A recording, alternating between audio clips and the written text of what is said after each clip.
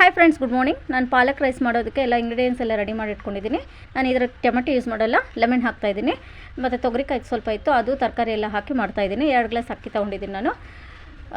First ಪಾಲಕ್ನ ಸ್ವಲ್ಪ ಬೇಯಿಸ್ಕೊಂಡು ಮಸಾಲೆ ಐಟಮಲ್ಲಿ ಇದನ್ನು ಪೇಸ್ಟ್ ಮಾಡಿಕೊಂಡು ಬಾಯ್ಲ್ ಮಾಡಿಬಿಟ್ಟು ಇದನ್ನು ಇಳಿಸ್ಕೊಂಡು ಪೇಸ್ಟ್ ಮಾಡುವಾಗ ಇದನ್ನು ಹಾಕಿ ಮಾಡಿಕೊಂಡು ಇಳಿಸ್ಕೋಬೇಕು. ಒಗ್ಗರಣೆಗೆಲ್ಲ ನಾನು ರೆಡಿ ಮಾಡಿ ಮೊದಲು ಎಣ್ಣೆ ಹಾಕಿ ನಾನು ಪಲಾವ್ ಐಟಮ್ ಎಲ್ಲ ಹಾಕಿಬಿಟ್ಟು ಈರುಳ್ಳಿ ಎಲ್ಲ ಹಾಕಿ ಸ್ವಲ್ಪ ಇದು ಫ್ರೈ ಆದಮೇಲೆ ಪೇಸ್ಟ್ ಎಲ್ಲ ಹಾಕ್ತಾಯಿದ್ದೀನಿ. ಅದಕ್ಕೆ ತಕ್ಕಂಗೆ ಒಂದು ಕಡೆ ನಾನು ರಾಗಿ ಗಂಜಿ ರೆಡಿ ಮಾಡಿಟ್ಟಿದ್ದೀನಿ.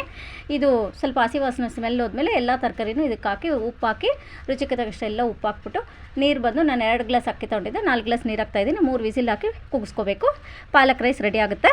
ಪಾಲಕ್ ರೈಸ್, ಮ್ಯಾಂಗೋ ಫ್ರೂಟ್ಸ್, ಕುಕ್ಕೀಸ್, ಕಜ್ಜಿಕಾಯಿ ತೊಗೊಂಡಿದ್ದಾಳೆ. ಇದು ಫ್ರೆಂಡ್ಸ್ ಇವತ್ತಿನ ನಮ್ಮನೇಲಿ ಟಿಫನ್ನು. ನಿಮ್ಮನೇಲಿ ಏನು ಟಿಫನ್ ಅಂತ ಕಾಮೆಂಟಲ್ಲಿ ತಿಳಿಸಿ. ನಮ್ಮ ವಿಡಿಯೋ ನಿಮ್ಗೆ ಇಷ್ಟ ಆಗಿದ್ರೆ ಲೈಕ್ ಮಾಡಿ, ಶೇರ್ ಮಾಡಿ, ಸಬ್ಸ್ಕ್ರೈಬ್ ಮಾಡಿ ಫ್ರೆಂಡ್ಸ್. Thank you.